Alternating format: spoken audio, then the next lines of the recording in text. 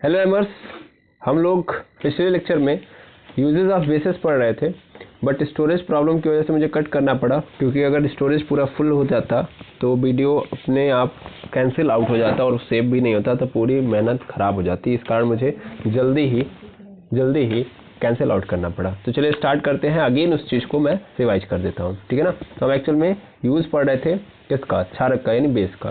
तो सबसे पहला हम लोगों ने देखा था कि इसमें एल्यूमिनियम हाइड्रोक्साइड जो होता है, एल्यूमिनियम हाइड्रोक्साइड का हम उपयोग करते हैं कपड़ों के अंदर और एंटा एसिड्स बनाने के अंदर, ठीक है ना।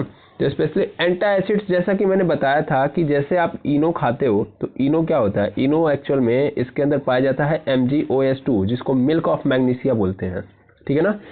अब देखो एक्चुअल में इनो क्यों खाते हो, क्योंकि आपके पेट में क्या हो जाता है, गैस हो जाता है, और गैस मतलब एसिडिटी, गैस मतलब एसिडिटी। और एक्चुअल कारण समझोगे तो कारण ये होता है कि HCl की मात्रा बढ़ जाती है। किसकी मात्रा बढ़ जाती है, HCl की मात्रा बढ़ जाती है। बताओ HCl क्या है, देख के बता सकते हो, एसिड है ना।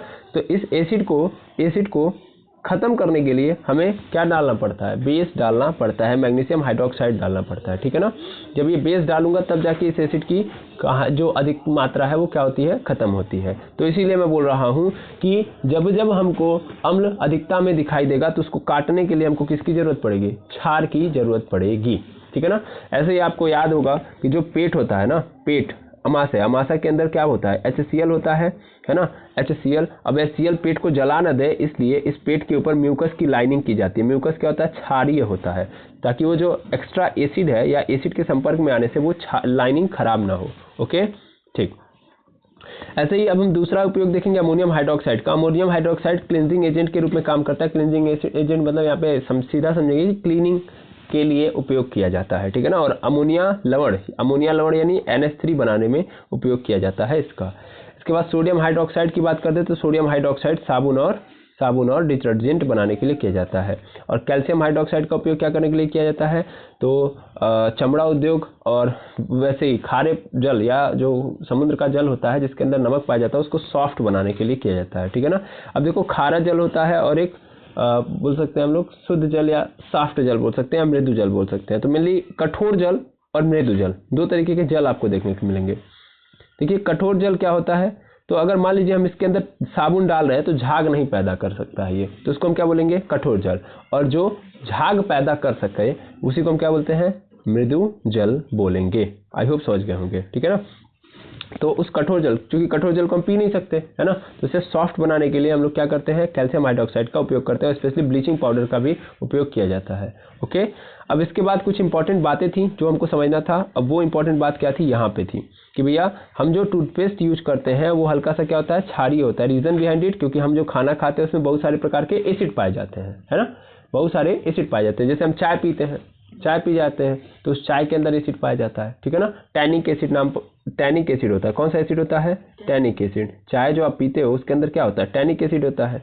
दही खाते हो, दही के अंदर क्या होता है, दही के अंदर लैक्टिक एसिड होता है। तो देखो कई सारे प्रकार के क्या है, एसिड है। अब ये एसिड अगर हमारे दांतों के अंदर रह जाएंगे तो दांतों को क्या कर देंगे, खराब कर देंगे, है ना। तो उस खराब ना कर पाए इसके लिए हम क्या करते हैं, टूथपेस्ट करते हैं ना। सुबह उठते हैं तो पहले क्या करते हैं, ब्रश करते हैं। तो ब्रश के दौरान हम टूथपेस्ट लगाते हैं ब्रश के ऊपर, और उस टूथपेस्ट के अंदर क्या मिला होता है, क्षार मिला होता है, ताकि जो उस दांत के ऊपर अम्ल हो उस अम्ल को क्या कर पाए, खत्म कर पाए, ठीक है ना। अब कैसे वो आगे हम बता देंगे।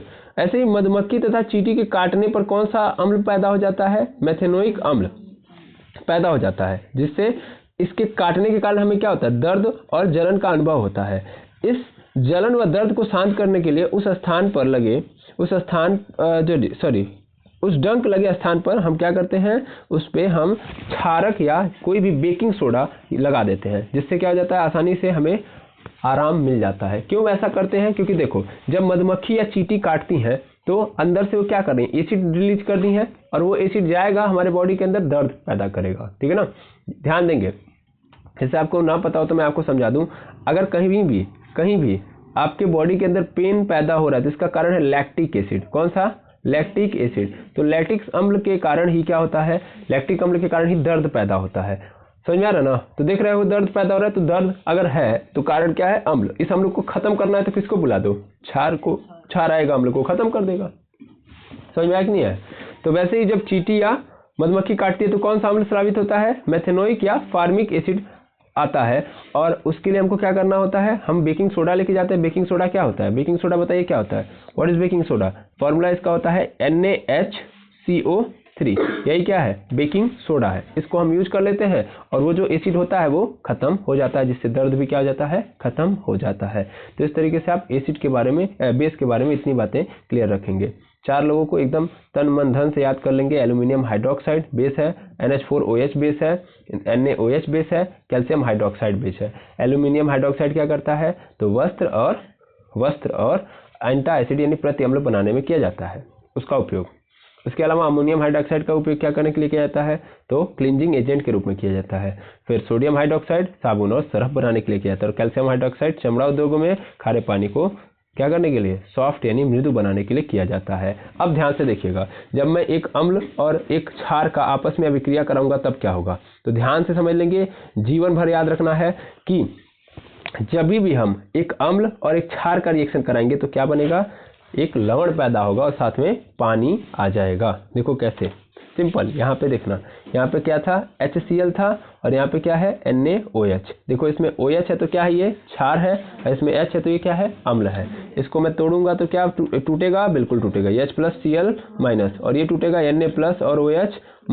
ठीक है ना। अब ये देखो ये H+ है यहाँ पे और यहाँ पे क्या है, OH-। पहले का प्लस वाला दूसरे के माइनस वाले के साथ चला जाएगा, तो यहाँ पे H, यहाँ पे H, तो 2 H हो गया और एक O, तो H2O। और उसके साथ साथ यहाँ पे Na+ और Cl- जुड़ जाएंगे, क्या बना देगा, NaCl। ठीक है ना, तो यहाँ पे बन गया NaCl। आई बात समझ में, तो क्या बन गया, NaCl। क्या इसमें H है, क्या इसमें OH है, नहीं, तो ना ही H है ना ही OH है, तो ये क्या बन गया, सॉल्ट। इसी को हम लवण बोलेंगे। ठीक है ना, ध्यान देंगे यहाँ पे, बड़े अच्छे से याद रखेंगे कि यहाँ पे बन गया है NaCl और NaCl में ना ही H है ना ही OH है, तो इसका मतलब क्या है, ये सॉल्ट है। ठीक है ना, सिंपल याद रखेंगे, कोई दिक्कत नहीं। और साथ में क्या बनेगा, हमेशा पानी। और ऐसे रिएक्शन को हम क्या बोलते हैं, न्यूट्रलाइजेशन रिएक्शन, उदासीनीकरण अभिक्रिया। आपसे पूछेगा न्यूट्रलाइजेशन रिएक्शन किसे कहते हैं, तो जब भी हम एसिड और बेस का रिएक्शन कराते हैं तो उसी रिएक्शन को क्या बोलते हैं हम लोग, उदासीनीकरण अभिक्रिया। यानी जब हम एक एसिड और बेस का रिएक्शन कराएंगे तो ना ही एसिड का गुण रह जाएगा और ना ही बेस का गुण, दोनों क्या हो जाएंगे, उदासीन यानी खत्म हो जाएंगे, तो क्या बन जाएगा, लवण बन जाएगा। क्लियर है, ये पहली चीज हमको हमेशा याद में रखनी है। ठीक है, अब इंपॉर्टेंट बात है कि भैया जब किसी अम्ल को जल में विलय किया जाता है यानी घोला जाता है तो उष्मा उत्पन्न होती है, और विलयन के ताप में क्या हो जाता है, टेम्परेचर में क्या होता है, गेन हो जाता है। ठीक है ना, जल में विलय करने पर उत्पन्न उष्मा का मान अम्ल की प्रकृति पर निर्भर करता है, अर्थात प्रबल अम्ल को जल में विलय करने पर अधिक उष्मा उत्पन्न होती है। ठीक है, अच्छा, अतः प्रबल अम्ल को तनु करने के लिए सदैव अम्ल को धीरे धीरे जल में मिलाना चाहिए, जल को अम्ल में नहीं, क्योंकि अभिक्रिया अत्यधिक उष्मा से छेपी है। मतलब ऐसे सिंपल समझो क्या कह रहा है ये, मतलब मान लो यहाँ पे क्या है, यहाँ पे पानी है ना, मुझे पता है कि जब मैं इसके अंदर, ये पानी के अंदर क्या डाल रहा हूँ, HCl डाल रहा हूँ, है ना, सपोज कर लो, तो HCl डालूंगा तो जाहिर सी बात ये टूटेगा H+ और Cl- में। तो कहा यह गया कि जब भी मैं पानी के अंदर किसी अम्ल को डालूंगा तो तुरंत क्या होगा, 2 चीजें होंगी। सबसे पहली बात तो ये घुल जाएगा, पानी के अंदर क्या होता है, अम्ल घुलनशील होता है। और दूसरी चीज, जब भी ये जाएगा पानी के अंदर तो जो मतलब ये जो पानी का टेम्परेचर वो तुरंत बढ़ जाएगा। समझ पा रहे ना, मान लीजिए अभी 5 डिग्री सेल्सियस है तो तुरंत क्या हो जाएगा, 20 डिग्री सेल्सियस हो जाएगा, 100 डिग्री सेल्सियस हो जाएगा। वो डिपेंड करता है कि कितना तगड़ा वाला एसिड आपने लिया। समझ में आ रहा है, तो क्या बात बोली जा रही है, समझ पा रहे हैं। मैंने ये बोला कि जो ही मैं पानी के अंदर क्या डालूंगा, एसिड डालूंगा, तुरंत खतरनाक एसिड, खतरनाक टेम्परेचर पैदा हो जाएगा। ठीक है ना, खतरनाक टेम्परेचर आ जाएगा। और खतरनाक टेम्परेचर अगर है तो जाहिर सी बात है कि अगर मान लीजिए आपने डाला इधर ऊपर से और अचानक से पानी छलक गया, होता है ना, छलक जाता है ना, छलकता है कि नहीं छलकता है पानी, और छलक गया तो तुरंत जो पानी है वो आपके हाथ पे आएगा, और हाथ पे आएगा या चेहरे पे आएगा तो आपके हाथ को क्या कर देगा, जला देगा, क्योंकि एकदम जलता हुआ खौलता हुआ पानी है वो। ऐसे समझ पा रहे हैं मैं जो बोल रहा हूँ। मैंने क्या बोला कि अगर मैं एसिड को पानी के अंदर डालूंगा तो तुरंत पानी उबलना स्टार्ट कर देगा, बहुत भयंकर टेम्परेचर जाएगा अगर खतरनाक वाला एसिड आपने डाला है तो। और अगर आपने ऐसे किया तो क्या होगा सर, वो छलक के पानी आपके चेहरे पे भी आ सकता है और आपको जला सकता है। तो उसके लिए आपको क्या करना चाहिए, बहुत ही आराम से कुछ मत करिए। सबसे पहले एसिड में डाल दीजिए, और एसिड डालने के बाद धीरे धीरे क्या करिए, पानी डालते जाइए, धीरे धीरे रुक के पानी डालते जाइए, ताकि टेम्परेचर एक बैग ना बढ़े। समझ आ रहा है, इससे आप सुरक्षित रहेंगे, ये बात बोली गई है। क्लियर है। अब बात आती है अम्लों एवं क्षारकों के जलीय विलयन की, यानी जो water solution in acids or base. ध्यान देंगे जल की उपस्थिति में जो अम्ल होते हैं वो क्या देते हैं, H+ आयन देते हैं, परंतु ये क्या होते हैं, स्वतंत्र अवस्था में नहीं रह सकते। हमेशा ये क्या करते हैं, पानी के साथ तुरंत क्या कर लेंगे, H3O+ बना लेंगे। मैंने पहले भी बताया है ना भाई। एसिड है ना, तो एसिड के पास क्वालिटी है और ये प्रॉपर्टी है कि वो H+ निकालेगा, लेकिन ये H+ ऐसा नहीं फ्री में घूमेगा। जब ये पानी के साथ जाएगा ना तो पानी के साथ कंबाइंड होकर H3O+ बना देगा, हाइड्रोनियम आयन बना देगा। ठीक है, इस बात को याद रखेंगे। किसी अम्ल या क्षारक को जल में विलय करने के पश्चात प्राप्त जलीय विलयन में विद्युत का चालन होता है, क्योंकि अम्ल या क्षारक के जलीय विलयन में मुक्त आयन उपस्थित होते हैं। अब देखिए यहाँ पे इसने क्या बोल दिया, इसने ये बोल दिया कि जब मैं ऐसा करूंगा, यानी H+ और Cl- है और फिर ये H+ मतलब एसिड डालूंगा या बेस डालूंगा, तो उससे क्या होगा ना कि पानी के अंदर आयन की कहानी बन जाएगी, आयन बन जाएंगे। आयन का मतलब ये जो प्लस और माइनस दिख रहा है ना, यही है चार्ज। और जब ये चार्ज आ जाएगा तो जाहिर सी बात है, जब चार्ज है तो जाहिर सी बात है जब ये दौड़ने लगेंगे तो तुरंत क्या पैदा हो जाएगी, करंट क्या पैदा हो जाएगा, करंट। ठीक है ना, यानी यहाँ से इलेक्ट्रिसिटी जनरेट हो जाती है। समझ में आ रहा है ना। तो कोई एसिड या बेस आप अगर पानी के अंदर डाल रहे हो तो चार्ज पैदा हो जाता है, उस चार्ज के कारण अगर मैंने उसको घुमा दिया या दौड़ा दिया तो क्या पैदा हो जाएगा, करंट पैदा हो जाएगा। तो यहाँ पे वही चीज लिखी गई है कि अम्ल या क्षार अपने जलीय विलयन में मुक्त आयनों की उपस्थिति के कारण क्या करते हैं, वैद्युत का प्रवाह करते हैं। और यही कारण है कि आप देखते होंगे जो इलेक्ट्रोलाइटिक सेल है, कौन सा, इलेक्ट्रोलाइटिक सेल हम ऐसे ही बनाते हैं। समझ पा रहे ना, इलेक्ट्रोलाइटिक सेल हम क्या करते हैं, इन्हीं की मदद से बनाते हैं। अब यहाँ पे ध्यान रखेंगे, यहाँ पे सभी क्षारक जो होते हैं जल में क्या नहीं होते, घुलते नहीं। ये बात इंपॉर्टेंट है, सब के सब नहीं घुलते हैं, केवल और केवल कुछ क्षार होते हैं जो जल में घुलते हैं, जिन्हें हम भस्म कहते हैं। क्या बोलते हैं, भस्म। इस बात को याद रखेंगे, सभी क्षार जल में नहीं घुलते हैं, केवल भस्म घुलते हैं, ये बात याद रखेंगे। क्लियर है, ठीक है। अब देखिएगा यहाँ पे आ रहा है अम्ल या क्षार का तनुता पर अम्ल या क्षारक पर तनुता का प्रभाव। मतलब क्या है, इसको समझिएगा। अम्ल या क्षार को जल में मिलाना तनुकरण कहलाता है। मतलब अम्ल हो या क्षार हो, उसको हम किस में मिला रहे हैं, पानी के अंदर, तो इसी को हम क्या बोलते हैं, डाइल्यूशन कहते हैं। ठीक है ना। जिससे क्या होगा, जिससे एक्चुअल में ये होगा कि जब हम पानी में मिलाएंगे तो ये जो H3O+ और OH- है, इनकी सांद्रता में क्या होने लगेगी, कमी होने लगेगी। इसे ही क्या कहा जाता है, तनुता कहा जाता है। जब अम्ल या क्षारक को जल में मिलाया जाता है तो उसके अणु वियोजित होकर आयन बनाते हैं। यार सिंपल बात है, जैसे ऐसे समझो कि यहाँ पे H2O है, सॉरी यहाँ पे HCl है, HCl है। अब HCl के अंदर मान लेता हूँ कि शॉर्ट हो क्या है, H+ है और शॉर्ट हो Cl- है। ठीक है ना। जो ही मैंने इसको पानी के अंदर डाला तो जाहिर सी बात है ये H+ गायब होना स्टार्ट हो जाएगा। ये सब किसके साथ जुड़ जाएगा, H2O के साथ जुड़ना स्टार्ट हो जाएगा। यही बात बोली जा रही है कि तो इनकी सांद्रता क्या होने लग रही है, कम होने लग रही है, यानी विलयन जो है वो पतला होने लग रहा है। सीधा मतलब ये समझेंगे। ठीक है ना, विलयन क्या होने लग रहा है, पतला होने लग रहा है। अब देखिए यहाँ पे HCl है, इसका मैंने H2O के साथ रिएक्शन कराया तो यहाँ पे H+ Cl- बना और फिर H2O के साथ ये H+ निकल लिया तो क्या बन गया, हाइड्रोनियम आयन बन गया। क्लियर है। यहाँ पे देखेंगे, यहाँ पे क्या लिखा है कि अम्ल तथा क्षारक दोनों ही जलीय विलयन में मुक्त आयनों की उपस्थिति के कारण क्या करते हैं, विद्युत धारा का चालन करते हैं। ऊपर वही बात लिखी गई है भाई। देखो H+ और OH- अगर जिंदा रहेंगे और अगर ये दौड़ने लगे तो क्या पैदा करते हैं, करंट यानी इलेक्ट्रिसिटी। क्लियर है, हाँ या ना। आई होप समझ में आ गया होगा। अब यहाँ तक तो कहानी सब कुछ क्लियर है। अब देखिए यहाँ पे देखिएगा, एसिडस शब्द का क्या अर्थ होता है, ये बताइए। पहले में बताया गया, एसिडस एक लैटिन वर्ड है जिसका मतलब होता है खट्टा। इसका मतलब क्या होता है, खट्टा।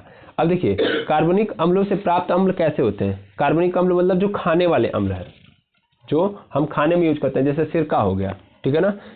उसके बाद मैंने अभी जस्ट बताया चाय हो गया, दही हो गया। तो इन सबसे हमको अम्ल जो मिलते हैं वो किस प्रकार के होते हैं, प्रबल होते हैं कि दुर्बल। तो कैसे होते हैं, दुर्बल। याद रखेंगे कैसे अम्ल होते हैं, दुर्बल।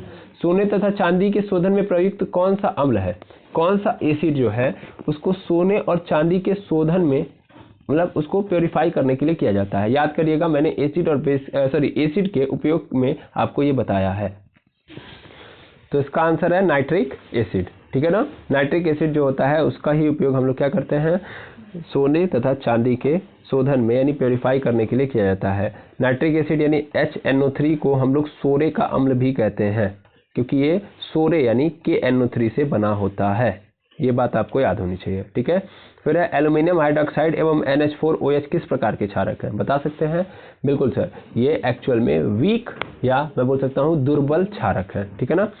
सोडियम मेटा एल्यूमिनेट का अन्य नाम क्या है? तो सोडियम मेटा एल्यूमिनेट को हम सोडियम एल्यूमिनेट भी कहते हैं, ठीक है ना। उदासीनीकरण अभिक्रिया क्या होती है सर? एसिड और बेस जब एक दूसरे के साथ रिएक्शन करके क्या करते हैं, लवण का निर्माण करते हैं, तो उसी अभिक्रिया को हम क्या बोलते हैं? उदासीनीकरण अभिक्रिया कहते हैं। या सीधा सीधा अम्ल और क्षार आपस में अभिक्रिया करके एक दूसरे के प्रभाव को नष्ट कर देते हैं और उस दौरान जो पदार्थ बनता है वो होता है लवण। तो ऐसे अभिक्रिया को हम लोग उदासीनीकरण अभिक्रिया कहते हैं। अब आता है कि मधुमक्खी जब काटती है किसी स्थान पे तो वहाँ पे बेकिंग सोडा क्यों रगड़ते हैं और क्यों आखिर रगड़ने से आराम हो जाता है? तो ऐसा होता है कि मधुमक्खी जब काटती है तो वहाँ से कौन सा अम्ल पैदा होता है? मेथेनोइक अम्ल, HCOOH, ठीक है ना, HCOOH, जिसे फॉर्मिक एसिड भी कहा जाता है।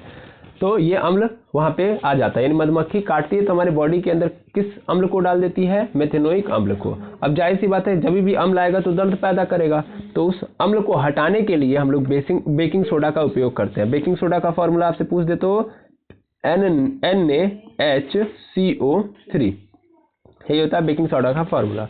तो NaHCO3 रगड़ देते हैं, जिससे ये क्या है? ये क्षारीय प्रकृति का है और क्षारीय प्रकृति का होने के कारण ये क्या करता है? ये इसे खत्म कर देता है, ठीक है। ठीक, अब आता है सूचक या इंडिकेटर्स। ओके, क्या होता है? सूचक या इंडिकेटर। अब सूचक या इंडिकेटर क्या किसे बोलते हैं हम लोग? हाँ, जो ये बता पाए कि कोई भी पदार्थ अम्ल है कि क्षार है, उसे ही हम लोग क्या बोलते हैं? सूचक या इंडिकेटर बोलते हैं। यानी इनका काम क्या है? ये इंडिकेट करना कि ये अम्ल है कि क्षार। और अगर ये अम्ल है तो दुर्बल है कि प्रबल है? दुर्बल है तो कितना दुर्बल है, प्रबल है तो कितना प्रबल है। क्षार है तो कैसा क्षार है? प्रबल है कि दुर्बल है? अगर प्रबल क्षार है तो कितना प्रबल क्षार है, और दुर्बल है तो कितना दुर्बल क्षार है। क्लियर है? ये बात याद रखेंगे। इन्हीं को हम क्या बोलते हैं? इंडिकेटर बोलते हैं। हमारे पास 3 प्रकार के इंडिकेटर होते हैं। एक तो लिटमस पेपर, दूसरा मैथिल ऑरेंज और तीसरा फिनाफ्थलीन। इसके अलावा भी होते हैं जैसे हल्दी, लाल पत्ता गोभी, हाइड्रेजिया, पेटूनिया, जेरानियम जैसे फूलों की पत्तियां आदि भी सूचक के रूप में क्या किए जाते हैं? प्रयुक्त किए जाते हैं, ठीक है ना। हल्दी का जो रंग होता है वो क्षार के माध्यम में लाल से भूरा हो जाता है, ठीक है ना। यानी हल्दी है तो हल्दी क्या होगा? एक्चुअल में हम कहाँ रखेंगे? अगर उसको क्षार के अंदर रखेंगे तो उसका रंग कैसा हो जाएगा? वो लाल से भूरा दिखाई देगा। ओके, अब आता है सबसे पहला इंडिकेटर। कई सारे इंडिकेटर है, इसमें पहला इंडिकेटर हम देखेंगे प्राकृतिक इंडिकेटर। प्राकृतिक मतलब हम जब पैदा हुए तो अपने आप पहले से था, हमको नहीं बनाना पड़ा, प्रकृति ने हमको दिया हुआ है। जैसे लाल पत्ता गोभी और हल्दी, लाल पत्ता गोभी और हल्दी। ध्यान से देखेंगे यहाँ पे क्या लिखा गया। अच्छा, एक चीज़ देखिए, यहाँ पे कितनी बड़ी बेवकूफ़ी वाली बात हो गई। मिलनी मैंने क्या लिखा यहाँ पे? लाल भूरा हो जाता है, लाल से भूरा। यार हल्दी क्या होता है? हल्दी का कलर जो होता है पीला होता है ना। लाल कहाँ से हल्दी मिलेगा? तो ये पीला है, पीले से क्या हो जाएगा? ये लाल से भूरा। अगर क्षार डालूंगा मैं तो लाल से क्या हो जाएगा? भूरा। सर लाल फिर से गलत बोला, पीले से लाल या भूरे में कन्वर्ट हो जाएगा, ठीक है ना। अब देखो, अगर मैंने क्या किया, अगर मैंने यहाँ पे लाल पत्ता गोभी का रस लिया है ना, ध्यान से देखना, मैं यहीं से स्टार्ट कर रहा हूँ, और अगर अम्लीय माध्यम में डाला तो कैसा कलर दिखाएगा? लाल। और क्षारीय माध्यम में तो हरा। याद रखेंगे, इंपॉर्टेंट है। ऐसे ही हल्दी है, हल्दी का कलर क्या होगा? अगर अम्लीय माध्यम में रखोगे तो पीला ही रहेगा, लेकिन क्षारीय माध्यम में रख दोगे तो लाल भूरा। हाइड्रेजिया पौधे का जो फूल होता है वो उसका अम्लीय माध्यम में रंग कैसा हो जाएगा? नीला, और क्षारीय माध्यम में गुलाबी। लिटमस पेपर का कलर देखो, लिटमस पेपर का कलर अम्ल एसिड मीडियम में रेड और बेसिक मीडियम में ब्लू हो जाता है। ओके, अब देखेंगे सिंथेटिक इंडिकेटर्स। सिंथेटिक इंडिकेटर्स का मतलब क्या होता है कि भैया जिन्हें हम कहाँ पे बनाते हैं? लैब के अंदर। तो लैब में बनने वाले इंडिकेटर्स हैं। अब इसमें कौन कौन है? फिनाफ्थलीन एंड मेथिल ऑरेंज, ठीक है। फिनाफ्थलीन कैसा होता है भैया? रंगहीन होता है, यानी एसिड इसके अंदर डालेंगे तो कोई रंग नहीं देगा, लेकिन जो ही क्षार आएगा गुलाबी गुलाबी हो जाएगा, ठीक है ना। कौन? फिनाफ्थलीन। मेथिल ऑरेंज का मतलब समझिए, मेथिल ऑरेंज एसिड देखेगा तो लाल हो जाएगा और तुरंत क्षार देखते ही पीला हो जाएगा, समझ पा रहे ना। तब मेथिल ऑरेंज लाल पीला हो जाता है। लाल यानी एसिड के कंडीशन में, और पीला यानी क्षार के कंडीशन में। फिनाफ्थलीन रंगहीन है, किस कलर में चला जाएगा? गुलाबी में चला जाएगा, समझ पा रहे हो। चलो एक बार सबको याद कर लेते हैं हम, ठीक है। इंडिकेटर्स क्या होते हैं, तो जो ये इंडिकेट करते हैं कि कोई एसिड है या बेस। ओके, ध्यान से समझते जाएंगे। रिवाइज करना बहुत जरूरी है। ओके, अब दो तरीके के इंडिकेटर पाए जाते हैं, एक होता है प्राकृतिक और दूसरा होता है संश्लेषित। प्राकृतिक का मतलब जो प्रकृति ने हमको दिया है, यानी हमको कुछ बनाना नहीं है, पहले से पता है, पहले से हमको मिल जाएगा, जैसे लाल पत्ता गोभी और हल्दी। अब लाल पत्ता गोभी को अगर हम ले रहे हैं तो क्या होगा, वो एसिडिक मीडियम में लाल हो जाएगा, लाल रहेगा और क्षारीय में हरा। तो नाम लाल पत्ता गोभी है ना, और लाल पहले से ही है, तो जो पहले रहेगा एसिड में रहेगा, अब बेस में क्या हो जाएगा, हरा। लिटमस तो आप सब लोग जानते हैं, एसिड आएगा तो लाल कर देता है, क्षार आएगा तो नीला कर देता है। हल्दी शुरुआत में पीला होता है और एसिड डालोगे तो भी क्या रहेगा, पीला, लेकिन जो ही क्षार देखा उस क्या हो जाएगा, लाल और भूरा। हाइड्रोजेनिया पौधे का फूल जो होता है वो शुरुआती अम्ल के कारण नीला रहेगा, लेकिन जो ही क्षारीय माध्यम में रखूंगा तो गुलाबी हो जाएगा, ठीक है ना। और संश्लेषित के अंदर फिनाफ्थलीन है और मेथिल ऑरेंज। फिनाफ्थलीन का कलर कैसा होता है, रंगहीन, लेकिन जो ही क्षार में डालूंगा तो गुलाबी हो जाएगा। मेथिल ऑरेंज का रंग लाल होगा, लेकिन क्षारीय माध्यम में क्या हो जाएगा, पीला हो जाएगा। तो इंडिकेटर के बारे में इतनी बातें क्लियर हो गई, ठीक है। तो इसी उम्मीद के कारण या इसी उम्मीद के साथ हम आज के लेक्चर को यहाँ पेंड करेंगे। इतना, तब तक आप क्या करेंगे, रिकैप करेंगे, फिर मिलेंगे नेक्स्ट क्लास में। Thank you very much.